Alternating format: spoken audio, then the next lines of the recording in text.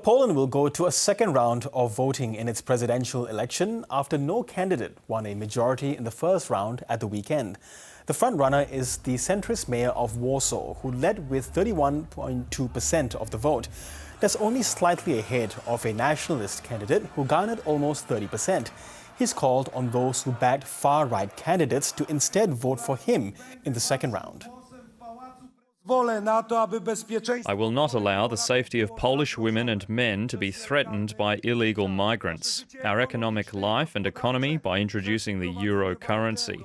I will not agree to new European Union treaties being signed and for Poland to lose its sovereignty in so many sectors of social life. Wojciech Przybylski is the editor of Visegrad Insight, and he joins me now from Warsaw. Wojciech, good to have you with us today. Now, firstly, what do you make of these two candidates, Rafał Trzaskowski and Karol Nawrocki, both neck and neck in the first round? What are the voters saying here?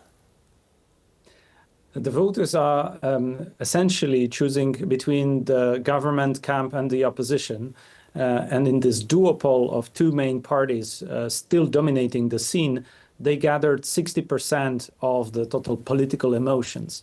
And they split nearly evenly, which puts the current government of Donald Tusk to a test in the second round, in the runoff of this presidential race. Mr. Trzaskowski would give Donald Tusk a necessary boost and enable him, after 2 years of blockade from the current president, to run major legislative initiatives. Yes. So we saw about 21% of the voters in that first round voting for two far-right candidates. So would this be a big concern then for Trzaskowski? Is it given that all those far-right candidates votes will necessarily go to Nawrocki instead? The far right and the extreme right candidates altogether combined present a very big force of the voters. And this has happened also during a major turnout, the historical turnout in the presidential elections since 1989. But they have also conflicting agendas and conflicting political interests.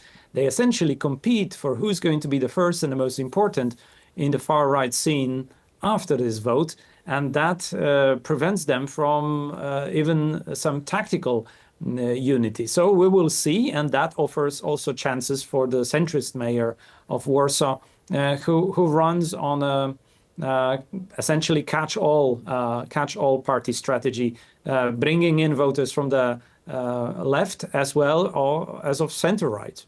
So how is he going to campaign to get those voters, particularly from the right, in a manner of seeing how this second round is going to span out?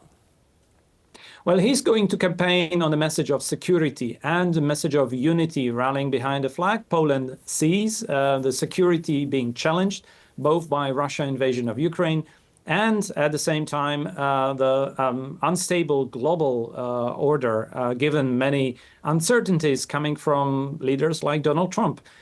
In such times, the prime minister, the foreign minister, and the future president, if they come from the same camp, offer a bit of stability, and that is the main message Mr. Trzaskowski is trying to send. Yes. So what is at stake here for the Prime Minister when we see the results of the second round in terms of Donald Tusk's legislative agenda? Among them is to look at the anti-abortion laws.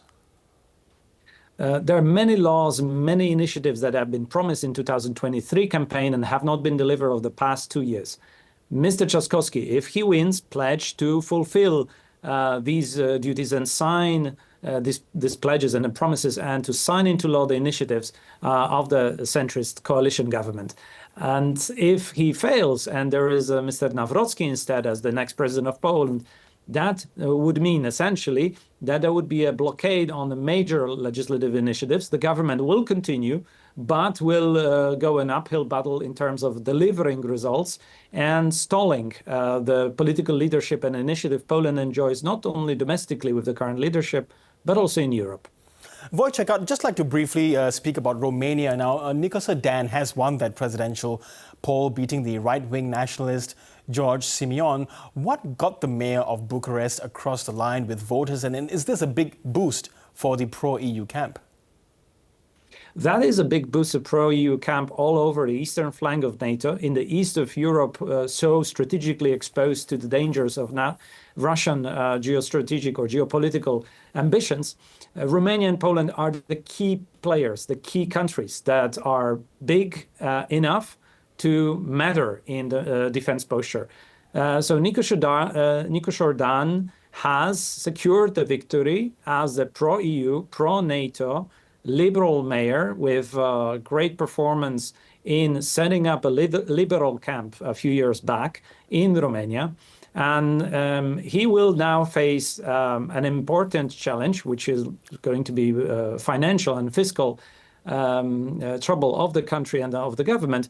But he is going to do that with the full support of his European partners.